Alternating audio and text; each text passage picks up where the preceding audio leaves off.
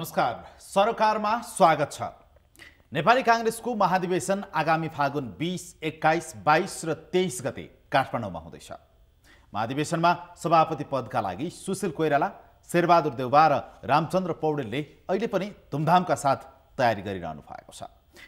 आजको सरकारमा हामी नेपाली कांग्रेस भित्रको राजनीति र यसका बारेमा छलफल गर्नेछौँ। नेपाली राजनीतिमा इन्ट्रा पार्टी कन्फ्लिक्ट र इन्टर पार्टी कन्फ्लिक्टका बारेमा खूब चर्चा परिचर्चा हुने गर्छ। यसमा पनि सबैभन्दा ठुलो राजनीतिक दल, त्यसमा पनि प्रजातान्त्रिक दल महाधिवेशनको सवाल छ। गुट उपगुट निर्माणमा कांग्रेसमा निकै होडबाजी हुने गर्छ।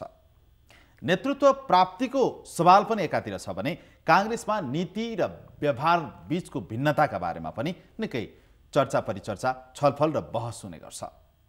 तर अहिले आएर प्रमुख सवाल भनेको अब कांग्रेसको नेतृत्व कसले गर्ने भन्ने नै हो। यस विषयमा छलफल गर्न आज हामीसँग हुनुहुन्छ नेपाली कांग्रेसका 3 जना युवा नेताहरू। हामीसँग हुनुहुन्छ नेपाली कांग्रेसका नेता मधु आचार्य। यसैगरी हामीसँग हुनुहुन्छ नेपाली कांग्रेसका केन्द्रीय सदस्य मिन विश्वकर्मा। धन्यवाद। नमस्कार। र हामीसँग हुनुहुन्छ नेपाली कांग्रेसका केन्द्रीय सदस्य बद्री पाण्डे। स्वागत छ यहाँहरू तीनैजनालाई। धन्यवाद। कुराकानी सुरुवात गरौँ बद्रीजी तपाईबाट। नेपाली कांग्रेसको अबको नेतृत्व कसले गर्नुपर्छ, किन? अब यसमा यो अलि हतारो हुन्छ कि हामी महाधिवेशनको पूर्व सन्ध्यामा छौँ। तल स्थानीय तहबाट गाउँ अधिवेशन, नगर अधिवेशन, क्षेत्रीय अधिवेशन, जिल्ला अधिवेशन हुँदै महाधिवेशन गर्ने तयारीमा छौँ। त्यसैले नेपाली कांग्रेसको नेतृत्व यसैले गर्नुपर्छ भन्ने कुरा यो भनिहाल्न अहिले अलि आवश्यक छैन कि अलि हतारो हुन्छ कि भन्ने लाग्छ मलाई। र हामी विशेष गरी 25 गते फागुन 25 माघ 25 गते जिल्ला अधिवेशनहरू सम्पन्न गरी भ्याउँछौँ। तल्लो तहका अधिवेशनहरू सम्पन्न गर्दै त्यसपछि चाहिँ यो विषयमा छलफल गर्नुपर्ला भन्ने लाग्छ मलाई यो सन्दर्भमा। अब कसले गर्नुपर्छ भन्दा अघि मैले 3 जना व्यक्तिहरूको नाम भने नि, तत्कालीन अहिलेका सभापति सुशील कोइराला, शेरबहादुर देउवा र रामचन्द्र पौडेल 3 जनाको नाम चर्चामा छ। उहाँहरूको तयारी पनि छ खुलेरै, अबको नेतृत्व मैले गर्छु, मैले गर्न पाउनुपर्छ भनेर हिँडेको अवस्था छ। तपाईहरु युवा नेताहरू नामै भन्न नसक्ने अवस्था रहँदा पनि अबको नेतृत्व कस्तो व्यक्तिले गर्नुपर्छ? नाम भन्न नसक्ने होइन, त्यो अवस्था होइन। त्यसो भए कसले त नाम त भन्छौँ नै, हामी भन्छौँ नै। किनभने हामी नै यो सभापतिमा स्थापित गर्ने, हामीले अरू मतदातालाई पनि आग्रह गर्छौँ, प्रचार प्रसार पनि गर्छौँ। यो सबै काम हुन्छ, भन्न नसक्ने होइन कि अहिले नभन्ने मात्रै भनेको। मिनजी तपाईलाई के लाग्छ? तपाईँ भन्न सक्नुहुन्छ अबको नेतृत्व नेपाली कांग्रेसको कसले गर्नुपर्छ? यही 3 जना उम्मेदवार जो नाम आएको छ या कोही फरक वा कस्तो व्यक्ति? राधाकृष्णजी, के बुझौँ भने 13औं महाधिवेशन अथवा कुनै पनि महाधिवेशनले एउटा पार्टी जन्मिसकेपछि, स्थापना भएपछि त्यसले आफूले पार गरेका समग्र अवधिहरूको समीक्षा गर्दै नीति र नेता दुईटाको किटान गर्छ। नीति कस्तो बन्ने भन्ने बारेमा नीतिको समीक्षा गरेर परिमार्जन गर्छ र नेताको व्यवहार र नेताको क्रियाकलापबाट नेताको परिवर्तन गर्छ। त्यसैले 13औं महाधिवेशनमा मलाई लाग्छ अहिले मुलुकको वर्तमान थुप्रै सङ्कटहरू छ। राष्ट्रियता खतरामा छ, एक। दोस्रो, राजनीतिक विचारधाराको विचलन र अवचलन दुइटै छ। विचलन पनि छ, अवचलन पनि छ, र नेतृत्वको सङ्कट पनि छ। अहिले असल र सक्षम नेतृत्व भइदिएको भए न मुलुकले अघोषित नाकाबन्दीको सामना गर्न पर्थ्यो, न मधेसको आन्दोलन देख्न पर्थ्यो, न नेपाली कांग्रेसको यो शक्ति क्षयीकरणको पीडालाई ठुलो हेर्न पर्थ्यो। त्यसैले 13औं महाधिवेशनले एउटा कुरा निश्चित हो, नीति परिमार्जन गर्छ, नेतृत्व परिवर्तन गर्छ। नेपाली कांग्रेस पनि हो स्वाभाविक। म त्यही भएर भन्दैछु, पहिलो पार्टी जिम्मेवार पार्टी, लोकतान्त्रिक पार्टी, अर्को यो सँगको समकक्षी लोकतान्त्रिक पार्टी छैन। त्यसकारणले पनि नेपाली कांग्रेस बाध्यकारी भएर सच्चिनुपर्छ, परिमार्जित हुनुपर्छ र यसले आफै पनि आफ्नो नेतृत्वलाई परिमार्जन गरेर अगाडि बढाउनुपर्छ। त्यसैले मैले भने 13औं महाधिवेशनले को नेता हुन्छ भन्ने कुरा फेरि अहिले छलफल गरौँला, तर नीति परिमार्जन गर्छ, नेतृत्व परिवर्तन। भनेपछि तपाईको भनाइबाट कस्तो बुझ्यो भने 5.5 वर्ष सुशील कोइरालाले नेतृत्व गर्नुभयो, अब सुशील कोइराला बाहेकको व्यक्ति चाहियो भने? उहाँको कुरा दुई कारणले उहाँ हुनुहुन्न भन्ने नै हो। पहिलो, हुनुहुन्न जस्तो लाग्छ है। एउटा कुरा त उहाँले 12औं महाधिवेशनमा मलाई अन्तिम पटक सभापति बनाइदिनु पर्यो भन्नुभयो। सबैले हामीले के भन्यो भने उहाँ कार्यवाहक सभापति हुनुहुन्थ्यो, अधुरो पदबाट उहाँलाई विदाई गर्न हुन्न। काङ्ग्रेस एउटा ऐतिहासिक पार्टी जो परम्परा संस्कृति र शिष्टतामा चलेको पार्टी, त्यसकारण कार्यवाहक सभापतिलाई सभापति बनाऊ भन्ने व्यापक रूपले देशभरिको एउटा चाहिँ साझा धारणा विकास भयो। उहाँ सभापति बन्नुभयो। प्रधानमन्त्री बन्ने कुरा आएको थियो। प्रधानमन्त्री बन्दा म आफैले पनि शेरबहादुर दाइसँगको बैठकमा पनि गएर मैले भनेको थिएँ वरिष्ठ नेताकोमा, नेपाली कङ्ग्रेसको इतिहासमा सबै सभापतिहरू प्रधानमन्त्री बन्ने अवसर पाउनुभएको छ। सुशील कोइरालालाई यो पटक प्रधानमन्त्री बन्ने अवसर आएको हुनाले बाधा अवरोध खडा गर्न हुन्न। उहाँ सभापति भएको हुनाले प्रधानमन्त्री स्वतः बन्नुपर्छ। उहाँ दुईटै पद उहाँले ग्रहण गर्नुभयो। दुईटै पद ग्रहण गरिसकेपछि आज उहाँले भन्नुभयो, सभापति अन्तिम भन्नुभएको थियो, प्रधानमन्त्री म संविधान घोषणा गरेका मितिबाट कुनै पनि मिनेट म प्रधानमन्त्री बस्दिनँ भन्नुभएको थियो। परिस्थितिले केही दिन ज्यादा बस्ने अवस्था आयो, तर पछि उहाँले राजीनामा गर्नुभयो र राजीनामा गरिसकेपछि उहाँलाई बाध्य बनाएर फेरि एउटा स्वार्थी घेराले उहाँलाई प्रधानमन्त्रीको उम्मेदवार बनायो। त्यसले पनि उहाँको व्यक्तित्व, उहाँको राजनीतिक छवि, उहाँको ऐतिहासिक व्यक्तित्वमाथि छवि धमिलिएको छ। त्यसकारण उहाँले अहिले 13औं महाधिवेशनमा आफूलाई संयमित ढङ्गबाट आफ्नो व्यक्तित्व र नेपाली कङ्ग्रेस र सिङ्गो कोइराला परिवारको धरोहरलाई बचाउने गरी आफूलाई प्रस्तुत गर्नुहुन्छ। उच्छृङ्खल बन्नुहुन्छ जस्तो लाग्दैन।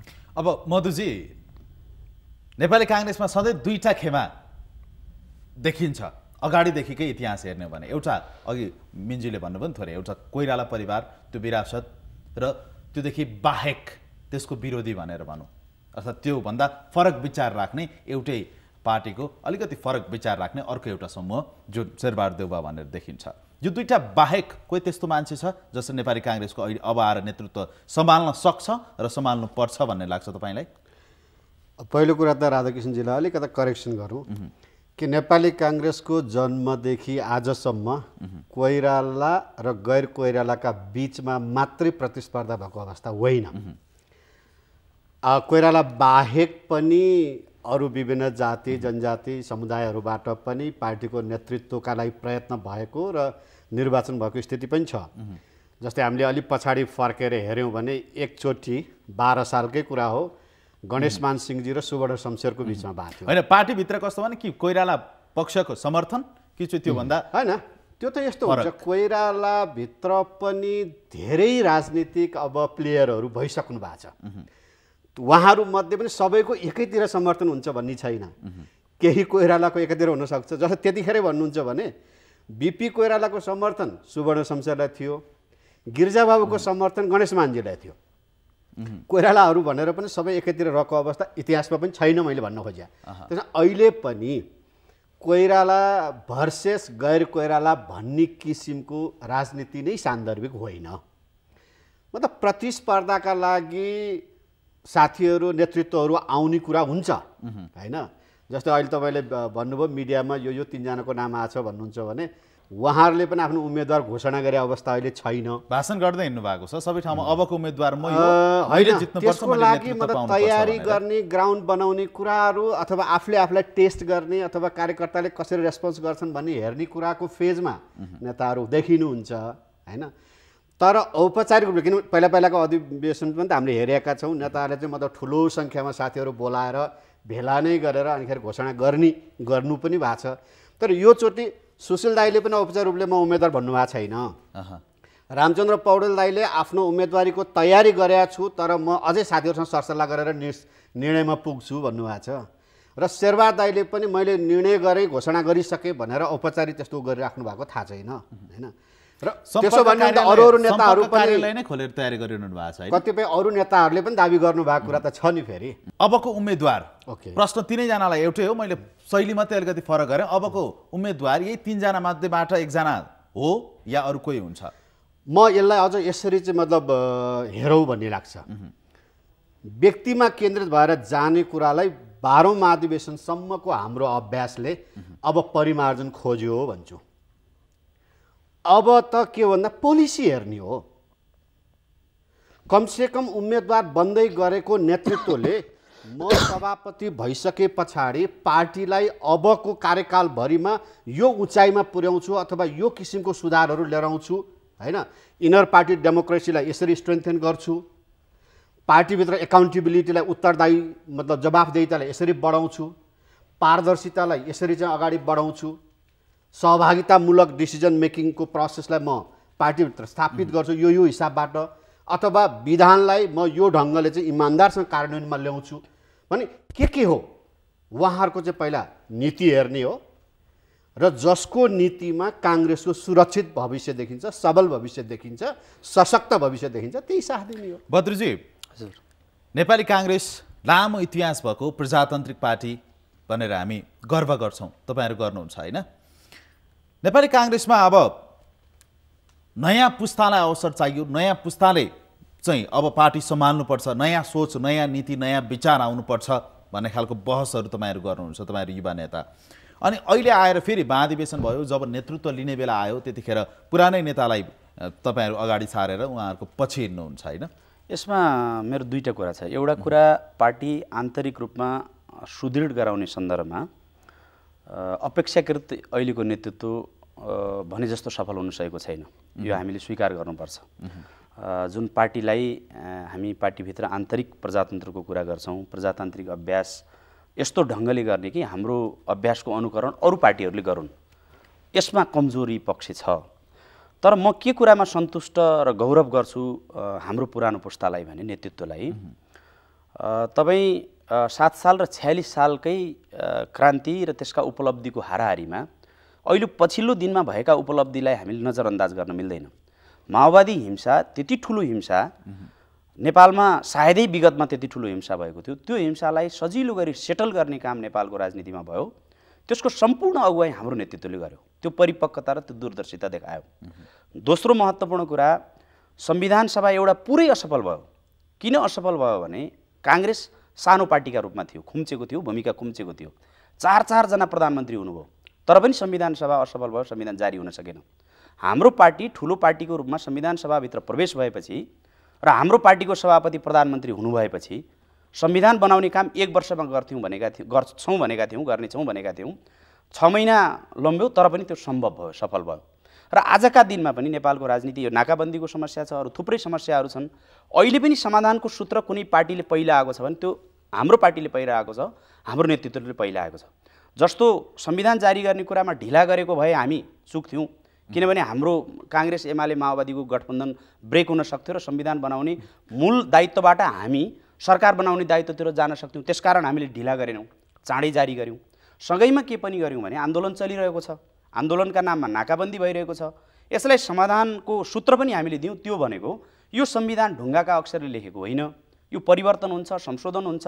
तपाईँको आन्दोलनमा उठेका मुद्दा हामी सल्टाउँछौँ होइन। यो मैले यति मात्रै संक्षेपमा के आग्रह गरेँ भने आन्तरिक रूपमा पार्टीलाई मजबुत गराउने, प्रजातान्त्रिक अभ्यासलाई एउटा आधुनिक प्रजातान्त्रिक पार्टीका रूपमा स्थापित गर्ने दिशामा हामी भने जस्तो सफल भएका छैनौँ। राष्ट्रिय राजनीतिको कुरो, अब पार्टीभित्रको कुरो गरौँ, जस्तै पार्टीभित्रको कुरो गरौँ, पछिल्लो नेतृत्व सुशील कोइरालाको सभापतित्वमा 5.5 वर्षको अवधिलाई विश्लेषण गर्ने हो भने 5.5 वर्षमा सुशील कोइरालाको नेतृत्वले पार्टीका आन्तरिक सङ्गठनहरूलाई सुदृढीकरणका लागि, पार्टीका अन्य विभिन्न विङ्सहरूको चाहिँ महाधिवेशन गरायो कि चुनाव गरायो कि के भयो, अर्थात् राम्रा कामहरू के भयो त जुनले गर्दाखेरि पार्टीभित्रका कार्यकर्ताले गर्व गर्न सक्छ? अब यसमा चाहिँ फेरि मैले दोहोऱ्याएर भन्छु, दोस्रो ठुलो दल ठुलो मतान्तरले त्यो पहिलो ठुलो दलमा स्थापित भयो, त्यसमा चाहिँ पार्टी नेतृत्वको भूमिका नै प्रमुख भूमिका रह्यो।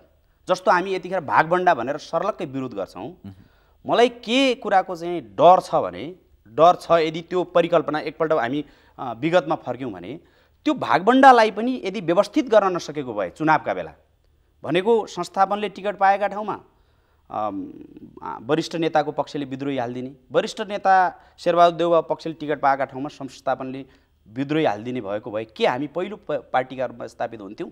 सक्दैनथ्यौँ हामी। त्यो भागभण्डा देख्दा भागभण्डा यो आदर्श शून्य जस्तो, भागभण्डा चाहिँ गलत पार्टीभित्र भित्राएको विकृति जस्तो, तर पार्टीलाई तत्कालका लागि मिलाउने उपाय हामीसँग अरू थिएन। त्यो समायोजन र त्यो समन्वय गर्ने काम यो नेतृत्वले गर्यो र पार्टी ठुलो दलमा स्थापित भयो। र यो संविधान बनाउने सन्दर्भमा आन्तरिक संस्थाहरू, भातृ सङ्गठनहरूको अवस्था के छ? भातृ संस्थाहरूको चाहिँ अधिवेशन हुन सकेको छैन धेरै भातृ संस्थामा। त्यसमा पनि मलाई चाहिँ सोध्नुहुन्छ भनेदेखि एउटा व्यक्तिलाई दोष दिएर, एउटा सभापतिलाई दोष दिएर उम्किने ठाउँ छैन। जिम्मेवार भातृ संस्था विघटन गर्नु गलत हो भनेर सबै पक्षले भन्यौँ हामीले, तर विघटन भइसकेपछि त्यसमा भागभण्डा र सङ्ख्या मिलायो भने हामी मान्न तयार भयौँ। हामीले सभापतिले चाहिँ विघटन गर्ने कुरा गलत हो भन्ने कुरा सबैले भन्यौँ। विघटन भइसकेपछि नयाँ कमिटी तदर्थ समिति बनाउने बेला 101 को मात्रै समिति बन्यो। 121 को समिति बनाउनुहोस्, 20 जना मेरो पक्ष पनि थपिदिनुहोस् भनेर अर्को पक्षले स्वीकार्न तयार भयो। त्यसैले के भने त्यसमा पनि केवल सभापति दोषी भन्दा पनि हाम्रो पार्टी केन्द्र हामी सबै दोषी छौँ। त्यसमा चाहिँ पन्छाएर यो महाधिवेशनको मुखमा आरोप प्रत्यारोप गरेर एउटा पक्षलाई चाहिँ ताछेर एउटा पक्षलाई चाहिँ सम्पूर्ण हिसाबले दोषी त्यही होस् भन्ने देखाउने तथ्यहरू छैनन्। किनभने हामी सबै त्यसमा जवाफदेही छौँ, हामी सबै जिम्मेदार छौँ भन्ने लाग्छ मलाई त्यो सन्दर्भमा। त्यसैले समीक्षा गर्ने हो। समीक्षा चाहिँ आज सभापतिले पनि गर्नुपर्छ। अहिले नेपाली कांग्रेसको चुनावको कुरा पछाडि म यसमा भनिहाल्छु, समीक्षा सभापतिले पनि गर्नुपर्छ विगतको, समीक्षा वरिष्ठ नेताले पनि गर्नुपर्छ। किनभने एक प्रकारले भन्ने नै हो भने सभापति र वरिष्ठ नेता त समानान्तर सभापति जस्तो, सभापति र सहसभापति जस्तो सम्पूर्ण निर्णयमा चाहिँ बराबर हिस्सेदार जस्तो भएर अगाडि बढ्नु भएको छ नि। त्यसकारण सभापति समीक्षा उपसभापतिले पनि गर्नुपर्छ, पदाधिकारी हामी केन्द्रीय सदस्य सबैले समीक्षा गर्नुपर्छ। अगाडिको बाटोमा जानका लागि फलानु मात्रै दोषी भन्न थाल्यो भने भोलि फेरि म त्यहाँ गएँ भने म दोषी भइदिन्छु। त्यसैले समीक्षा गर्ने कुरामा चाहिँ आग्रह पूर्वाग्रह राख्नुहुन्न। हामीले सबैले मन वचन कर्म साक्षी राखेर इमान्दारीपूर्वक समीक्षा गर्नुपर्छ भन्ने लाग्छ। अब अहिले कांग्रेसका युवा नेताहरू नै अनौपचारिक रूपमा भेटघाटमा हामीसँग पनि के भन्नुहुन्छ भने अब नेपाली कांग्रेसको नेतृत्व कोइराला परिवारबाट अर्थात् अहिले भइरहेको नेतृत्व लामो समय गिरिजाप्रसाद कोइरालाले गर्नुभयो, त्यहाँबाट चाहिँ सुशील कोइरालाले गर्नुभयो, अब त्योदेखि बाहेक कोही व्यक्ति चाहिन्छ भन्ने पनि हुनुहुन्छ। तपाईँ त्यही विचारलाई मान्नुहुन्छ? म अघिकै मेरो भनाइलाई निरन्तरता दिँदै यो प्रश्नको उत्तर दिन चाहन्छु। नेतृत्व जातका आधारमा, नेतृत्व वंशका आधारमा, नेतृत्व परिवारवादका आधारमा, नेतृत्व उमेरका आधारले नखोजौँ भन्ने मेरो आग्रह हो।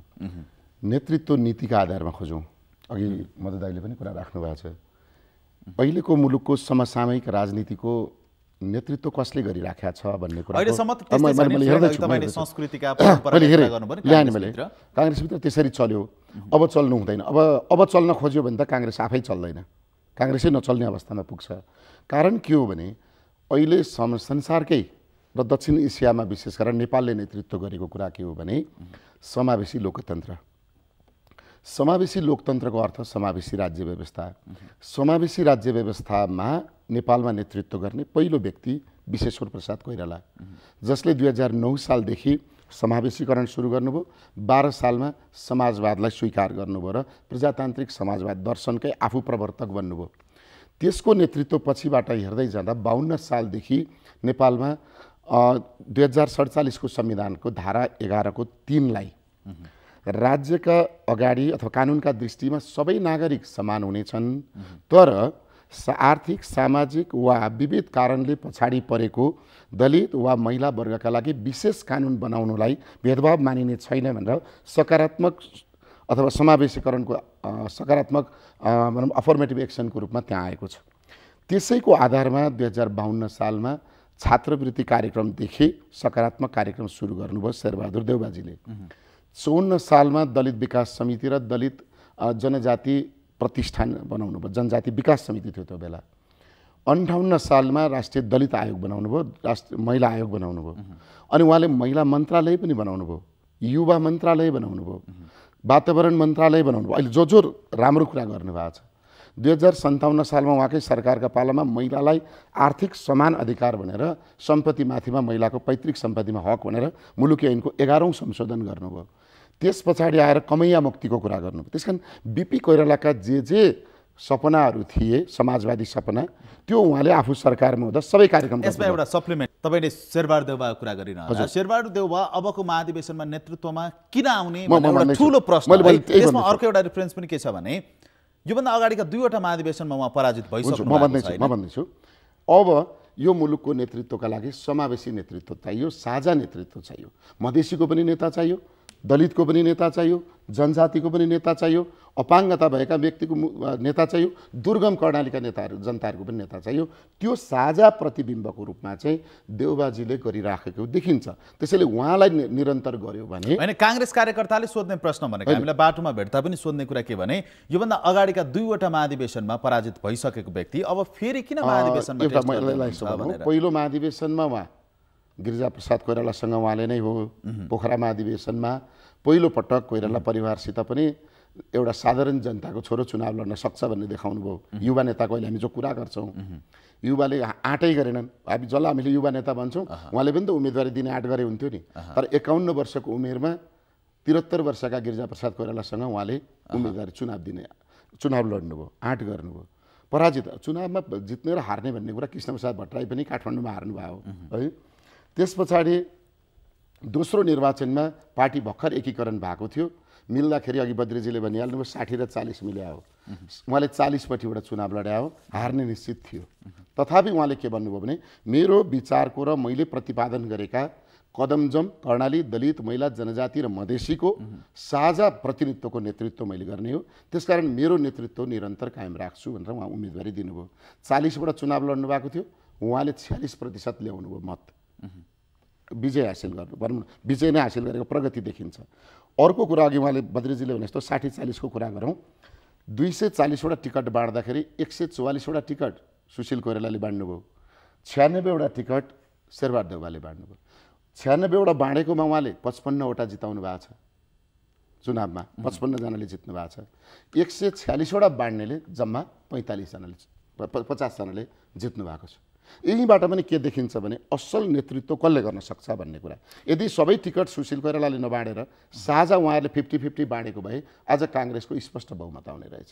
त्यसैले उहाँको जुन कार्यशैली, उहाँको दर्शन, उहाँका कार्यक्रमहरूको निरन्तरताका लागि उहाँलाई सभापति बनाउँदा काङ्ग्रेस मजबुत हुन सक्छ। मधुजी, हामी विश्लेषणमा छौँ है। हामी 3टै शीर्ष नेताको विश्लेषण गरिरहँदा नि अब रामचन्द्र पौडेलजीको 2-4 ठाउँमा हामीले भाषणै हेऱ्यौँ। उहाँले आफै म अबको उम्मेदवार हो, योभन्दा अगाडि सबै टेस्टेड भइसक्नुभयो, म टेस्टेड भएको छैन, अब मैले गरेर एकचोटि हेर्छु भन्ने खालको अभिव्यक्तिहरू हामीले पटक पटक बजाएको छौँ टिभीबाट।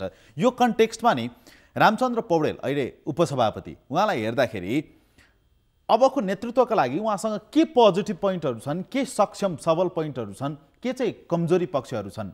किनभने विविध आरोपहरू लाग्ने गर्छ। अहिले पनि महाधिवेशनको सङ्घारमा के भन्छन् काङ्ग्रेस कार्यकर्ता सम्पूर्ण मान्छेले भने रामचन्द्र पौडेलले भन्दै त हिँड्नुभयो, तर उहाँ साँच्चै सक्कली उम्मेदवार हो कि पछि फेरि सधैँ जाइ फिर्ता लिनुहुन्छ, उहाँ कतापट्टि हो थाहै हुँदैन भन्ने खालका आरोपहरू हुन्छन्।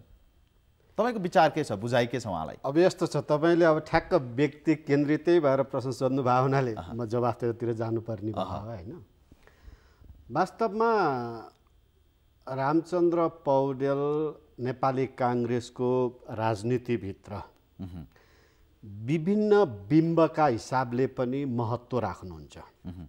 सामान्य मध्यमवर्गीय पनि नभन्नुहोस्, निम्न मध्यमवर्गीय परिवारबाट राजनीतिमा उत्रेको व्यक्ति यति लामो समयसम्म निरन्तर रूपले काहीँ कतै पनि दुविधा नराखिकन होइन, सैद्धान्तिक रूपले काहीँ कतै विचलित नभइकन यो लोकतान्त्रिक आदर्शको आन्दोलनमा लागिराख्नु भनेको आफैमा त्यो व्यक्तित्वप्रति अपेक्षा आशा गर्न सकिने आधार हो। अर्को, अब मैले यहाँलाई भने व्यक्ति हेरेर व्यक्ति, तर उहाँ कहिले आफू नेता हुनु भएन है, सधैँ कोइरालाहरूको पछाडि लागेको जस्तो देखिन्छ। होइन, एउटा कुरा चाहिँ के हो भने तपाईँले इतिहासको उसमा हेर्नुभयो भने सुरुमा उहाँको अत्यन्त घनिष्ठ अट्याचमेन्ट बिपी कोइरालासँग देखिन्छ र त्यस पछाडि उहाँको पुरा स्कुलिङ चाहिँ मतलब कृष्णप्रसाद भट्टराईसँग देखिन्छ। एक किसिमले किसुनजीको असली चाहिँ मतलब राजनीतिक उत्तराधिकारी भन्दा नि हुन्छ। अनि अन्तिम अवस्थामा किसुनजीलाई चाहिँ धोका दिएर गिरिजाप्रसाद, होइन धोका भने पनि कुरा के हो भन्नुहुन्छ भने वैचारिक केही कुराहरू मिलेन। किसुनजीले नेपालमा संवैधानिक राजतन्त्रको निरन्तरता आवश्यक छ भन्नुभयो अन्तिम समयमा आएर।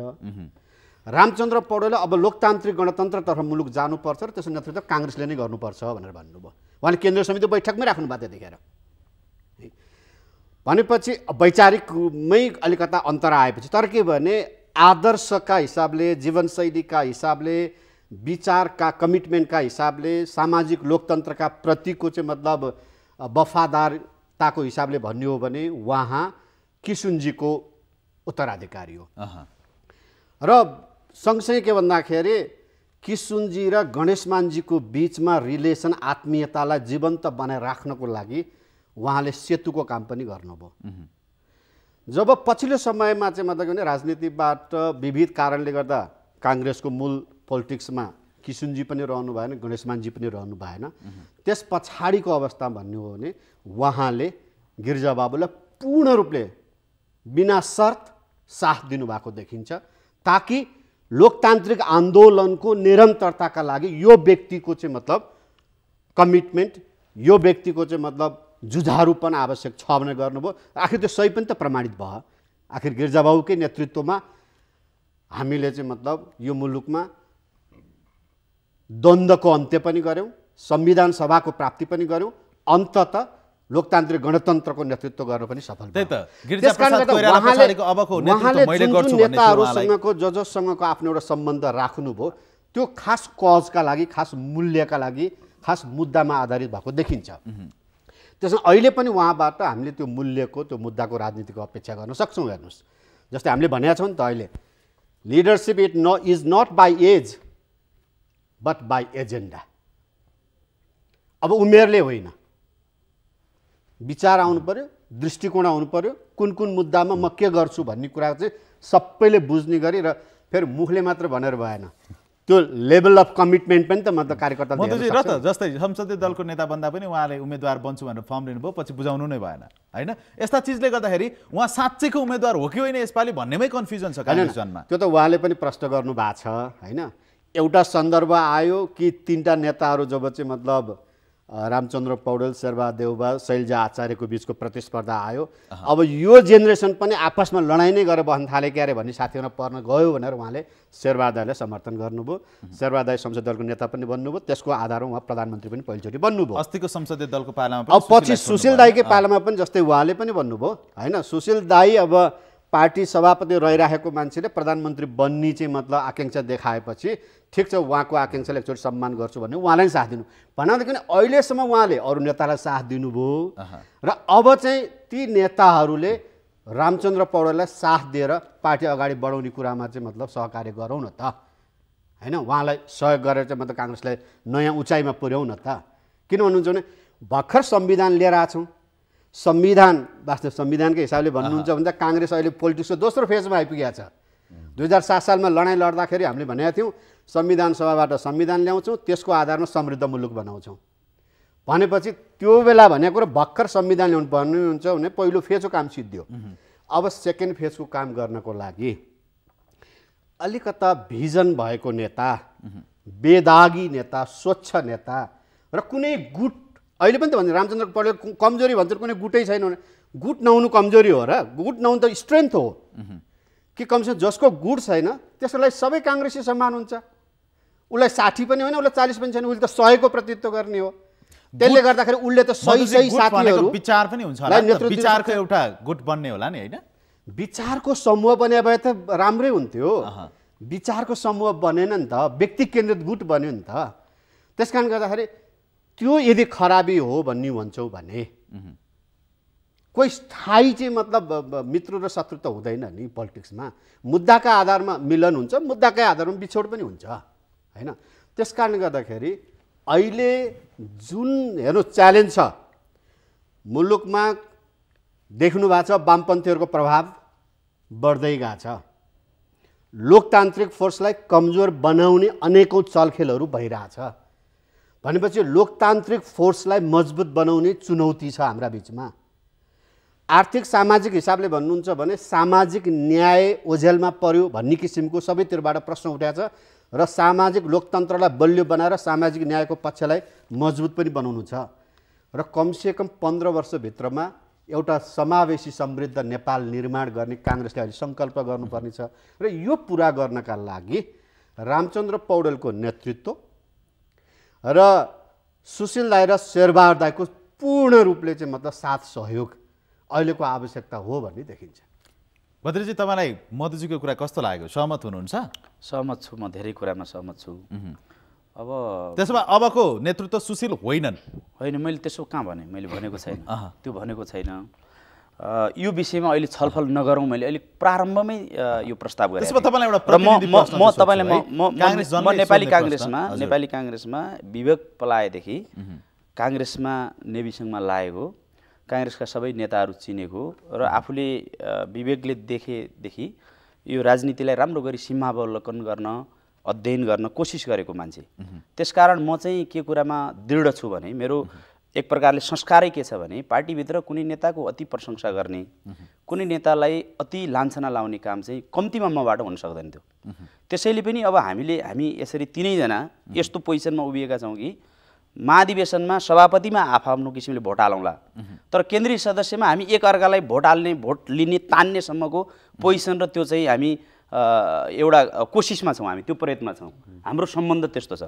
परिवारभित्रकै हामी तीनजनालाई तीन थरी व्याख्या गरेर चाहिँ एउटाको पक्ष विपक्ष यो सबै मिडियामा त्यति चाहिँ यसमा म आफू चाहिँ उत्साहित पनि छैन। र म के मात्रै भन्छु भने म फेरि दोहोऱ्याएर भन्छु, जिल्ला अधिवेशन सम्पन्न हुने बेलासम्म यसलाई स्वस्थ प्रतिस्पर्धाका रूपमा, स्वच्छ प्रतिस्पर्धाका रूपमा, तलदेखि राम्रा मान्छेहरू स्थापित गर्ने प्रतिस्पर्धाका रूपमा यसलाई हार्दिक रूपमा चाहिँ यसलाई तर तपाईहरुको त यति डेमोक्रेटिक पार्टी हो, अभ्यास गर्नुहुन्छ, कुनै पनि व्यक्तिको बारेमा पनि तपाईहरु खुलेर बहस गर्न सक्नुहुन्छ नि। व्यक्तिको बारेमा यही व्यक्ति हुन्छ या हुँदैन भन्ने बहस यतिखेर जरुरी छैन।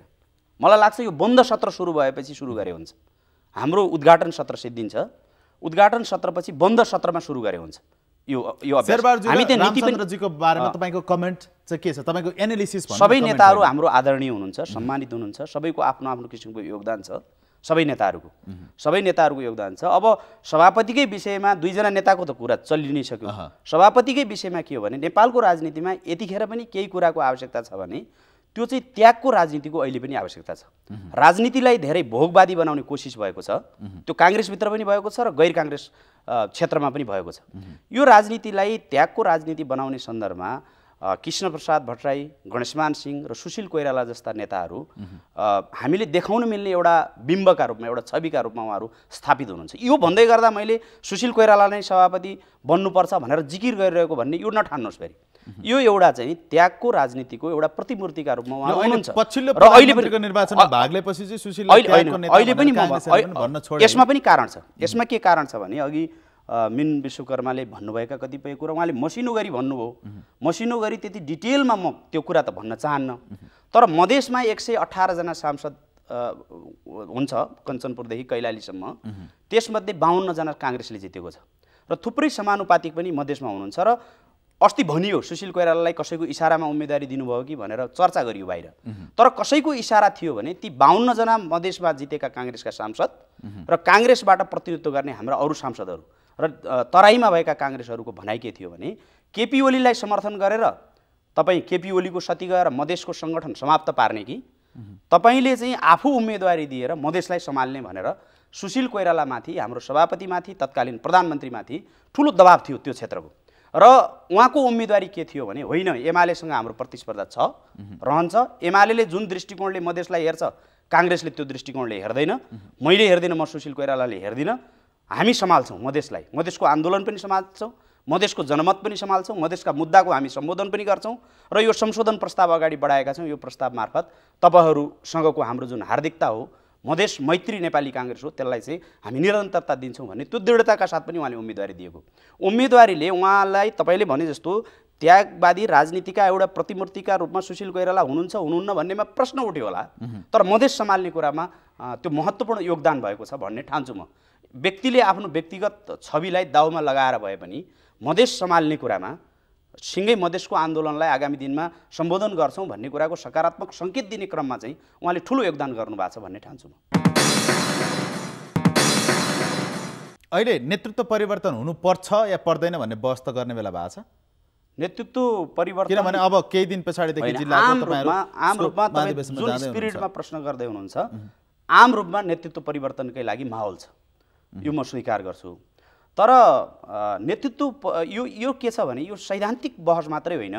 अघि के भनियो भने संसदीय दलको नेता हुन खोज्नुभयो, पार्टी सभापति, प्रधानमन्त्री हुन खोज्नुभयो, हुनुहोस्, ठिक छ, हुने कुरा ठिक हो भनेर त भनियो सैद्धान्तिक रूपमा। हिजो सभापति 40-60बाट एकीकरण भयो, सभापति हुने सन्दर्भमा ठिक छ कार्यवाहकलाई बिदा किन गर्ने, उहाँलाई फुल सभापति बनाऊ भन्ने कुरा सैद्धान्तिक रूपमा त भनियो। व्यावहारिक रूपमा के गरियो?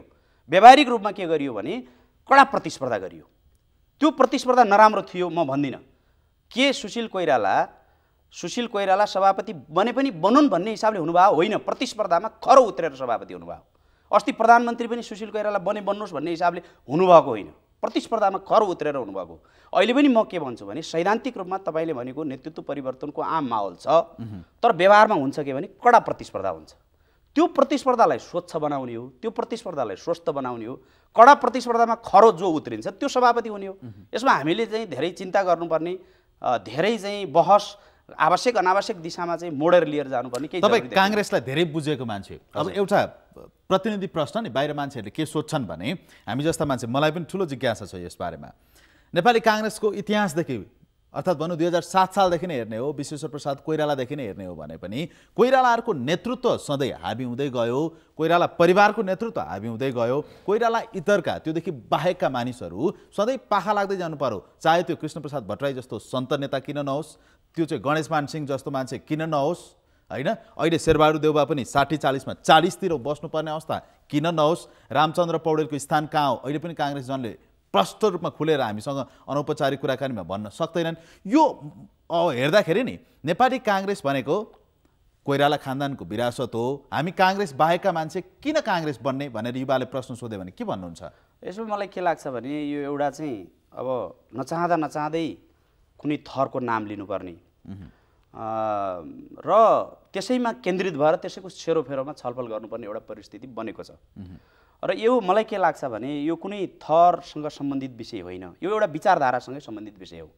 कुनै बेला बिपी कोइराला र डिल्ली रमण रेग्मीका बिचमा चाहिँ ध्रुवीकरण भयो, कुनै बेला मातृका प्रसाद र बिपी कोइरालाका बिचमा ध्रुवीकरण भयो। अघि नै मधुदाईले भन्नुभयो सुवर्ण शमशेर र गणेशमान सिंहका बिचमा पनि ध्रुवीकरण भयो राजनीति।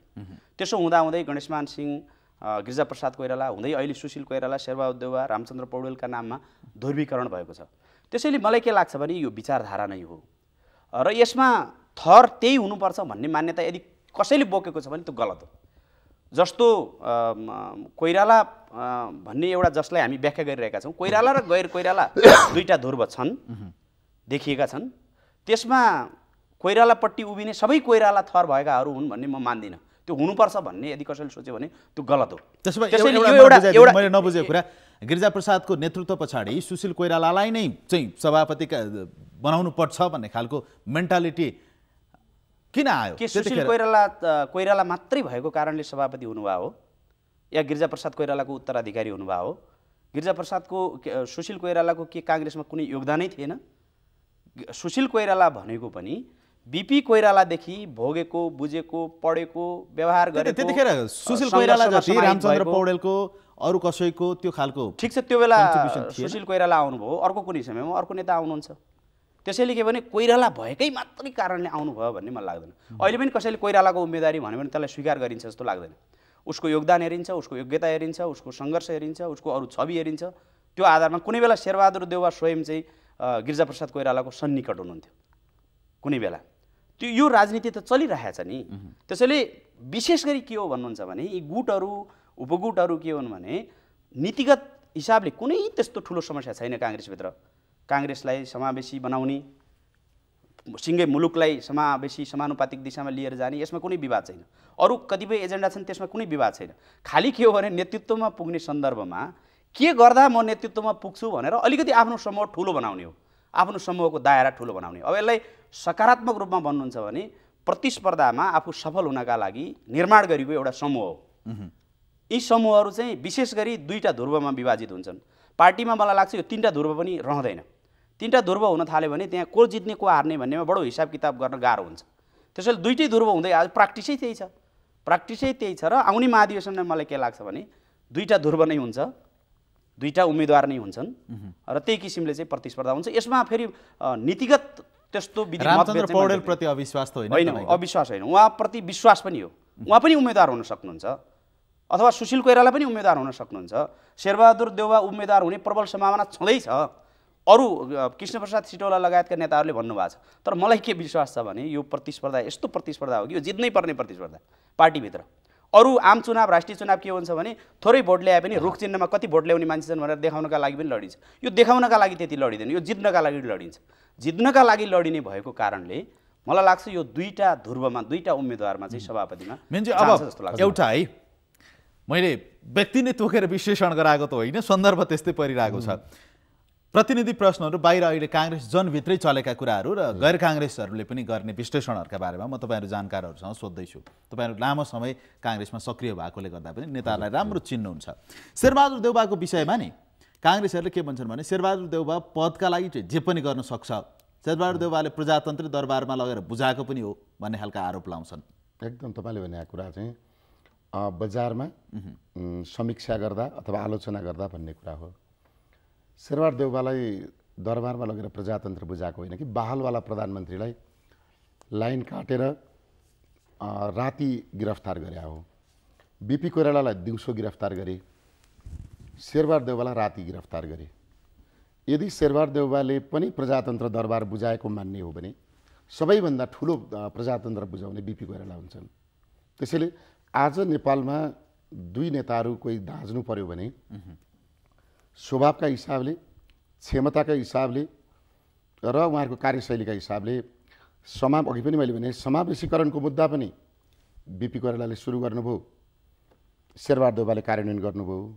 समाजवादका कुरा पनि बिपी कोइरालाले सुरु गर्नुभयो, शेरबहादुर देउवाले कार्यान्वयन गर्दै हुनुहुन्थ्यो। बिपी कोइरालालाई पनि राजा महेन्द्रले गिरफ्तार गरे र शेरबहादुर देउवालाई राजा ज्ञानेन्द्रले गिरफ्तार गरे। त्यसैले अब यसलाई बजारमा के भन्छन् त कुरा भएन। तर वास्तविक कुरा के हो भने शेरबहादुर देउवा जस्तो सक्षम नेता जसले दरबारलाई पनि चुनौती दिन सक्ने, वामपन्थी वा कम्युनिस्टहरूलाई चुनौती दिन सक्ने, अन्तर्राष्ट्रिय सम्बन्ध राम्रो भएको, नेपालको जातीय क्षेत्रीय वर्गीय लिङ्गीय विविधतालाई आत्मसात गरेर नेतृत्व गर्न सक्ने, समायोजन गर्न सक्ने र उहाँ सोसियलिस्ट इन्टरनेसनलको एसिया पेसिफिक प्रेसिडेन्ट पनि हो अहिले। त्यसो भएको हुनाले बौद्धिकताका हिसाबले, अनुभवका हिसाबले, योगदानका हिसाबले, लगानीको हिसाब भन्यो भने अघि बद्रीजीले भनेको जस्तो गरी यी तीन नेताका बिचमा कसैलाई पनि तराजुमा राखेर जोख्न सकिँदैन। स्वाभाविक हिसाबले बराबरी छ। होच्याउनु पर्ने, तल राख्नुपर्ने, माथि राख्नुपर्ने, कोही चाहिँ एउटा कुल घरानाको भएको हुनाले छुट्टै माथि लगेर राख्नुपर्ने, ट्रेडमार्क बनाउनु पर्ने, कोही एउटा साधारण जनताको चाहिँ झुपडीमा जन्मेको हुनाले उसलाई छुट्टै यो चाहिँ नागरिक हो, प्रजा हो भन्नुपर्ने अवस्था होइन। रामचन्द्र दाईका बारेमा मधु दाईले भन्दा मैले उच्च भनौँ न मुक्त कण्ठले प्रशंसा गर्न योग्य हुनुहुन्छ। नीतिका रूपले, विचारका रूपले, योगदानका रूपले निष्कलङ्कित हुनुहुन्छ। तर नेपाली कङ्ग्रेसको नेतृत्व परिवर्तनको जब सवाल आउँछ अनि कोको कोला र पेप्सी कोला जस्तो ट्रेडमार्कको कुरा हुन्छ, यो चाहिँ हामी युवा केन्द्रीय सदस्य वा युवा नेता भन्नेहरूको लागि अलिकति पीडादायी कुरा आउँछ। हामी गएर फेरि पिउने बेलामा ठन्डा मतलब कोको कोला भन्न पुग्छौँ, जसका कारणले गर्दा कोको कोला जति नै भाइरस भए पनि त्यो ब्रान्ड नेम र त्यसले गर्दा समस्या बनेको छ। तर अहिलेको आवश्यकता भनेको गहिरो गरी नेपाली जनका मनमा छलफल गर्ने हो भने बिपी कोइरालाले सुरु गरेको समाजवाद, बिपी कोइरालाले सुरु गरेको समावेशीकरण र बिपी कोइरालाले सुरु गरेको अन्तर्राष्ट्रिय सम्बन्ध, त्यो शेरबहादुर देउवाले गरिरहनु भएको छ। अब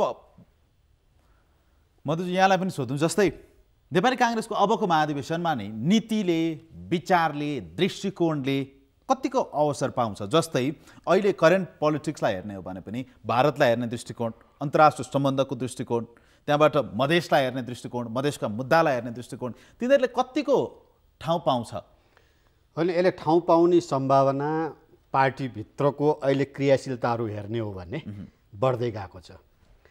नेपाली काङ्ग्रेसभित्र अहिले थुप्रै युवा साथीहरू होइन, विभिन्न किसिमका फोरम बनाएर, विभिन्न किसिमका प्लेटफर्महरू बनाएर वास्तवमा अबको काङ्ग्रेसको नीति कस्तो हुनुपर्छ, काङ्ग्रेसको अब यो पोस्ट कन्स्टिट्युसन चाहिँ मतलब कार्यदिशा कस्तो हुने हो होइन भन्ने किसिमको बहसहरू व्यापक भइरहेछ। पहिला के हुन्थ्यो भनेर भन्दाखेरि कोठे कोठे मिटिङहरू बस्ने, कसलाई नेता बनाउने, कसलाई बनाउँदा ठिक हुन्छ, कुन चाहिँ दाइको फेर समात्ने, कुन चाहिँ दिदीको फेर समात्ने भन्ने किसिमको कुरो हुन्थ्यो भने अब अहिले चाहिँ मतलब के बहस भइरहेछ भने होइन काङ्ग्रेस अब यही हिसाब त चल्दैन होइन, यही ढाँचाले हिँड्नु पनि हुँदैन, अधिवेशन आयो खालि नेताको मात्र कुरा हुने, नीतिको कुरै नहुने किसिमले अब अधिवेशन टर्न पनि दिनु हुँदैन। त्यसले गर्दा अलि नीतिमा फोकस भएर छलफल गरौँ, बहस गरौँ भन्ने पर्याप्त बढ्या छ होइन। जस्तै अब अहिले एउटा मुद्दा चलिरहेछ, हामीले हामी पनि त छलफलमा सहभागी छौँ। के छ त अहिले भन्दाखेरि मूल्य र मुद्दामा आधारित राजनीति, शान्ति, विकास र समावेशी समृद्धि। अब काङ्ग्रेसले यो प्राप्तिका लागि आफूलाई तयार गर्नुपर्छ। त्यसका लागि के रणनीति सम्हाल्नुपर्ने हो, बोक्नुपर्ने हो, त्यसलाई तयार हुनुपर्छ। अहिले तपाईँको जिल्लामा चाहिँ मतलब मिटिङहरू बसिरहेको छ, छलफल गरिरहेको छ। जस्तै तपाईँको नेपाली काङ्ग्रेस केन्द्रीय नीति तथा प्रेसिडेन्ट प्रतिष्ठानले पनि अहिले सबै प्रदेशमा गएर हामी बहस चलाएको छौँ।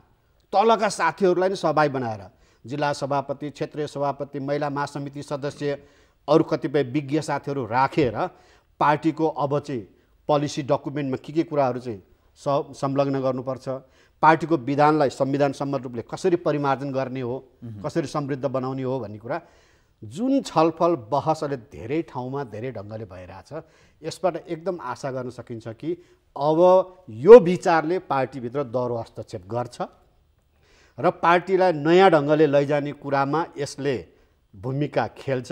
बदुजी, नीतिले, विचारले, दृष्टिकोणले यसपालिको एउटै प्रश्न, यसपालिको महाधिवेशनमा कतिको प्राथमिकता पाउँछ र त्यो आधारमा नेताहरूले त्यसलाई कसरी एक्सर्साइज गरिरहेको पाइन्छ? अहिले हामीले पुरै एक कार्यकाल हेऱ्यौँ। हामीलाई समयभन्दा पहिले केन्द्रीय समितिमा पुगेको भनेर पनि पार्टीभित्र चर्चा हुने गर्छ। यो एक कार्यकाल बडो सूक्ष्मतापूर्वक हेऱ्यौँ हामीले। एक प्रकारले समालोचनात्मक किसिमले हेऱ्यौँ, नेतृत्व कसरी प्रस्तुत हुँदो रहेछ, बैठकको चाहिँ कार्यविधिहरू, कार्यशैलीहरू कसरी अगाडि जाँदो रहेछ, निर्णय प्रक्रियामा चाहिँ के कस्तो चाहिँ भूमिका निर्वाह गर्नुपर्दो रहेछ, हुँदो रहेछ, यो सबै हेऱ्यौँ हामीले एक कार्यकाल। र यसमा धेरै सन्तुष्ट हुने ठाउँ छैन। र मलाई विशेष गरी चासो बढ्ता के कुरामा छ भने अहिले विधान संशोधन गर्ने भनेर त्यसका लागि पनि मस्यौदा गर्नका लागि एउटा समिति बनेको छ र नीति र कार्यक्रम लेख्नका लागि पनि, तयार पार्नका लागि पनि समिति बनेको छ। र म के कुरामा सचेत छु भने विधानमा लेख्ने बेला बडो भावावेशमा आएर कार्यसमितिहरूलाई, कार्यसमितिका पदाधिकारीलाई ठुलो बन्धन बाँधिदिने, यो पनि गर्छौँ, त्यो पनि गर्छौँ, यो पनि गर्न सकिन्छ, त्यो पनि गर्न सकिन्छ भन्ने र प्रबन्धहरू चाहिँ व्यापकै गरिदिने, तर कार्यान्वयन नहुने एउटा चुनौती विधानका सन्दर्भमा त्यो रहेछ।